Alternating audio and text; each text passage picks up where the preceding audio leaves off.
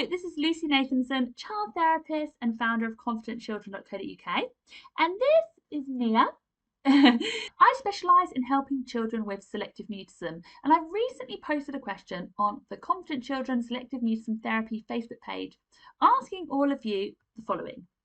For those of you whose SM children struggle to separate at drop-off, what helped or didn't help your child with separation anxiety? Please share your experiences below with other SM parents. So after asking this question, I received a lot of response, and I thought it would be a good idea to share some of your hints and techniques and strategies with other parents all around the world through this YouTube video so that more parents can receive some strategies to help their child. So here are the strategies that were recommended. So the first tip is a transitional object.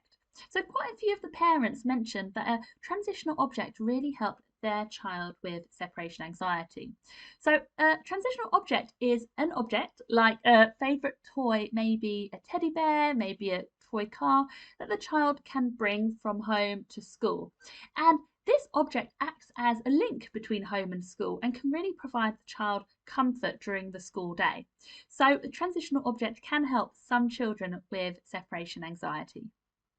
A few of the parents mentioned that having a key adult, for example, a teaching assistant or a teacher, actually coming out to meet the child, maybe at the car or maybe in the playground, to then take the child into school helped, rather than the parent actually coming into school or the child going into school themselves, which of course would cause a lot of distress for children suffering with separation anxiety. So having the adult from school actually coming to the child and then escorting the child into school helped some children with this. Other parents mentioned that it really helped for their child to have a special job in the morning, so they know that every day they go into school and the first thing they do is this special job. For example, one child's special job was to write down the names of all the children who have already arrived at school, and this was a really nice distraction technique for the child and also helped them to feel important. Children love to have special jobs and to feel like they are doing something that might help the teacher. So other special jobs might be to write the date on the board or to hand out any sheets or workbooks. So anything like that, that the child knows that every day they come into school and they've got this special job to do. So this can really help to ease that transition into the school day. Another parent mentioned that it really helped to play games on the way to school. So on the walk to school, playing games like let's count how many red cars we can see, for example. And this really helped the child to have their focus on something else rather than their worries. And quite a few of the parents mentioned the need for a quick, swift goodbye at the school gate. So rather than spending a long time saying goodbye, doing that in quite a quick way. So one parent specifically said, a quick no-fuss goodbye with the promise of a treat after school for being brave really helped her child. Another important point is to have a clear, repetitive routine every single morning so that the child knows exactly what to expect. And of course, having enough time so we don't have to rush through our routine every morning. Another parent mentioned having some movement time in the morning for the child to be able to run around or jump up and down before school to release some of their energy. So adding to the routine point, it can really help to have a clear goodbye routine as well, so that the child knows that every day when we say goodbye, we might have a kiss, a hug, and then another kiss, and then we go off.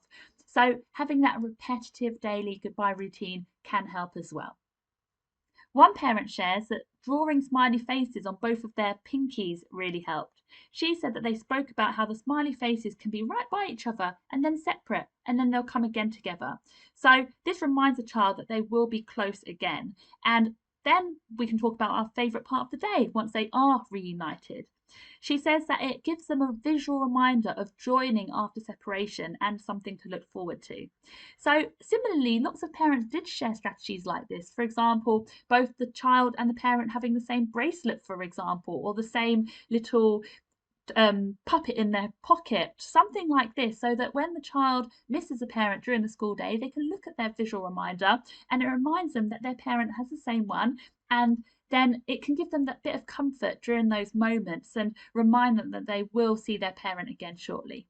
Validating worries is another really important point. So when children express their worries in the morning, rather than dismissing the worries or ignoring the worries, we want to name the worries and echo their worries back to them. So something like, I understand that you feel worried about going to school today, or, I understand that you're feeling a bit worried today. So validating worries is really important so that the child feels heard and they're able to express their worries.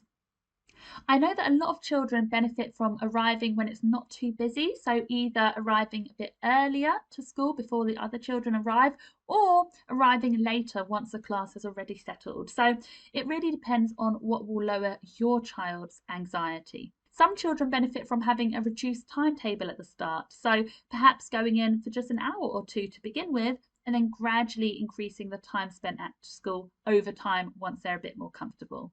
One parent mentioned some books that have been helpful for her child, so specifically The Kissing Hand, The Invisible String, and 𝗷𝗵𝗶𝗶𝗃. So I will put links to those 3 books in the description below so that you can find them easily. One parent mentioned that it really helped for her to actually go into the classroom to be her child's talking partner until her child was comfortable. And once her child was comfortable, then her child was really happy for her to leave. So it really depends on what works for each specific individual child. Another parent brings together a lot of the strategies that we've already discussed. So she says, we have the same routine every day, validating feelings on our way to school, me talking about all the lovely things she may do at school, then we just get to the door, kiss, cuddle, and I tell her that I'd see her at home time. The quick goodbye was key for us. Anything else just prolonged her upset. She would go and have a quick cuddle with her teacher, and then they would give her a job to do. So as you can see, this parent really brought together a lot of the strategies, keeping it very consistent. And as I've mentioned quite a lot throughout this video, we want to have a very predictable routine every morning so that the child knows what to expect. And lastly, I'd like to emphasize the need for a child to have a school-based trusted adult, so a key worker with whom they've developed a bond with. It's important that the child has an adult at school with whom they feel really comfortable with, so that in the morning when they're separating from their parent, it's not as though their parent is their only trusted adult. They have somebody at school with whom they are really comfortable with already.